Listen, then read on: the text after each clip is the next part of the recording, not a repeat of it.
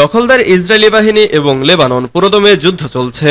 জানিয়ে দেব হাতে থাকা সর্বশেষ আপডেট আন্তর্জাতিক সংবাদ। প্রথমেই সংবাদ শিরোনাম, ইসরায়েলকে শাস্তি দিতে চায় সৌদি। এরপর জানিয়ে দিব যুদ্ধবিরতিতে ফের বাগড়া নেতানিয়াহুর, আলোচনা ভেস্তে যাওয়ার শঙ্কা।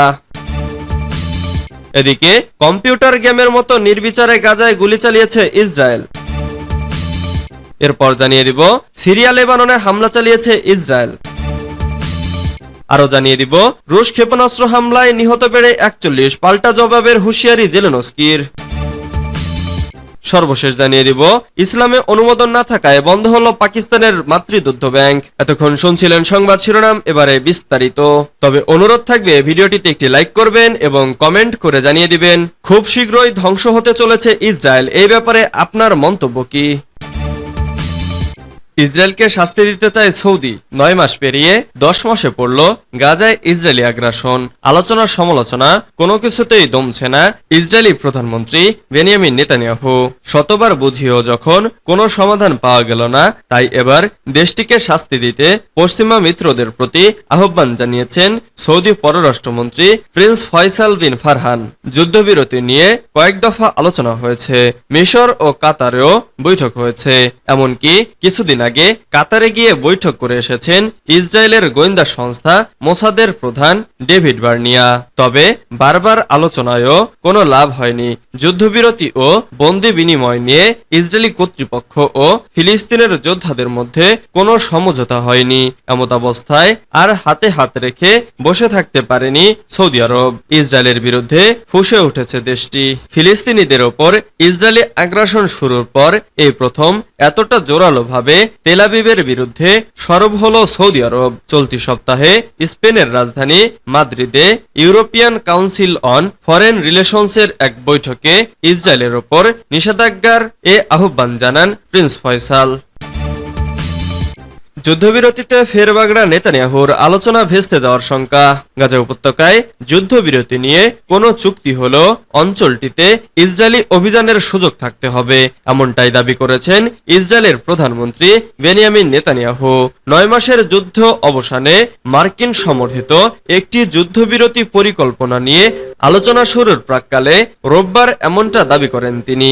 রয়টার্সের প্রতিবেদনে বলা হয়েছে, মার্কিন প্রেসিডেন্ট জো বাইডেন গত মে মাসে পরিকল্পনাটি উপস্থাপন করেন। যুক্তরাষ্ট্রের পাশাপাশি কাতার ও মিশর এতে মধ্যস্থতা করেছে। এটির লক্ষ্য যুদ্ধের অবসান ঘটানো এবং প্রায় 120 জন ইসরায়েলি জিম্মির মুক্তি নিশ্চিত করা। পরে সেই প্রস্তাবে সাড়া দিয়ে সমঝোতার শর্ত হিসেবে স্থায়ী যুদ্ধবিরতির দাবি থেকে সরে আসার ঘোষণা দেয় হামাস। এর পরিবর্তে হামাস 6 সপ্তাহ জুড়ে আলোচনার মাধ্যমে স্থায়ী যুদ্ধবিরতি অর্জনের প্রস্তাব দিয়েছে। হামাস জানিয়েছে তারা এই পরিকল্পনা মেনে নিয়েছে, তবে বিষয়টি নিয়ে ইসরায়েলের প্রতিক্রিয়ার অপেক্ষায় রয়েছে। এর মধ্যেই গত রোববার নেতানিয়াহু সাফ জানিয়ে দেন, যুদ্ধবিরতির যে কোনো চুক্তিতে ইসরায়েলের লক্ষ্য অর্জিত না হওয়া পর্যন্ত সামরিক অভিযান পুনরায় শুরু করার সুযোগ থাকতে হবে। কম্পিউটার গেমের মতো নির্বিচারে গাজায় গুলি চালিয়েছে ইসরায়েল। ফিলিস্তিনের গাজা উপত্যকায় নির্বিচারে হামলা চালিয়ে যাচ্ছে ইসরায়েলি বাহিনী। দেশটির সৈন্যরা গাজায় সীমাহীন গুলি চালানোর বর্ণনা দিতে যে বলেছেন এটি একটি কম্পিউটার গেমের মতো অনুভূত হয়েছে। মঙ্গলবার কাতার ভিত্তিক সংবাদ মাধ্যম আল জাজিরার এক প্রতিবেদনে এ তথ্য জানানো হয়েছে। প্রতিবেদনে বলা হয়, ইসরায়েলের +972 ম্যাগাজিনে প্রকাশিত একটি নিবন্ধে 6 ইসরায়েলি সেনা সদস্য গাজায় তাদের আগে গুলি করো পরে প্রশ্ননীতির বর্ণনা করেছেন। এক ইসরায়েলি সেনা সদস্য একটি অপারেশনে কাজ করার অভিজ্ঞতা বর্ণনা করে ম্যাগাজিনকে বলেছেন, এটি একটি কম্পিউটার গেমের মতো অনুভূত হয়েছিল। গোলার আঘাতে একের পর এক বিল্ডিং মাটিতে গুড়িয়ে যায় এবং অনুভূতি হলো, বাহ কি উন্মাদনা, কি মজা। আরো এক সেনা সদস্য মেশিন গান, ট্যাঙ্ক এবং মর্টার শেল দিয়ে গুলি চালানোর সময় ও গুলি চালানোকে খুবই অনিয়ন্ত্রিত হিসেবে বর্ণনা করেছেন। সাক্ষাৎকার নেয়া সেনা সদস্যদের মধ্যে রয়েছেন জেরুজালেমের 26 বছর বয়সী রিজার্ভ ইউভাল গ্রিন, যিনি সম্প্রতি রাফা আক্রমণে অংশ নিতে অস্বীকারী 41 জন রিজার্ভ সৈন্যের কাছ থেকে একটি চিঠিতে স্বাক্ষর করেন এবং নাম প্রকাশ না করার শর্তে আরও 5 জন সেনা একথা জানিয়েছেন। সিরিয়া লেবাননে হামলা চালিয়েছে ইসরায়েল। সিরিয়া এবং লেবাননে হামলা চালিয়েছে ইসরায়েল। সোমবার সিরিয়ার বন্দর নগরী বানিয়াসে বিমান হামলা চালানো হয়। একটি বেনামী সামরিক সূত্রের বরাত দিয়ে এ তথ্য জানিয়েছে রাষ্ট্রীয় বার্তা সংস্থা সানা। যুক্তরাজ্য ভিত্তিক Syrian observatory for human rights watch জানিয়েছে বানিয়াস নগরীর উপকণ্ঠে 2টি বিস্ফোরণের খবর পাওয়া গেছে। স্থানীয় গণমাধ্যমের খবরে বলা হয়েছে ইরানের সঙ্গে সম্পর্কিত কয়েকটি স্থানে হামলা চালানো হয়েছে।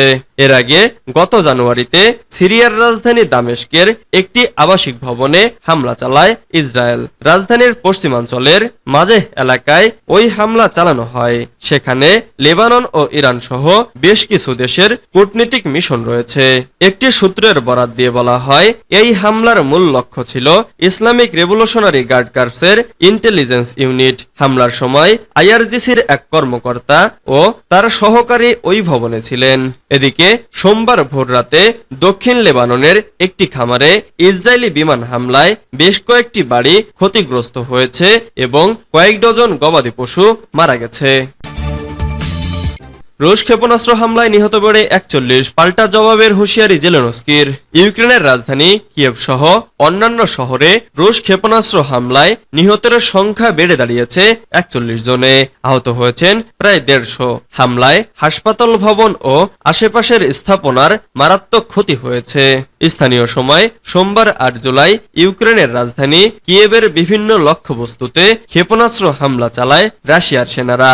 এতে দেশটির সবচেয়ে বড় শিশু হাসপাতাল ব্যাপক ক্ষতিগ্রস্ত হয়। আহত হয়েছে অনেক শিশু। বেশ কয়েকজনের অবস্থা গুরুতর হওয়ায় নিহতের সংখ্যা আরো বাড়তে পারে বলে আশঙ্কা করা হচ্ছে।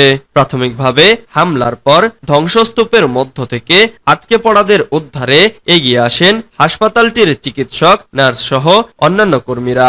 পরে যোগ দেন স্থানীয় পুলিশ ও স্বেচ্ছাসেবকরা। সরিয়ে নেওয়া হয় অন্য শিশুদের। রাজধানী কিয়েভেই নয়,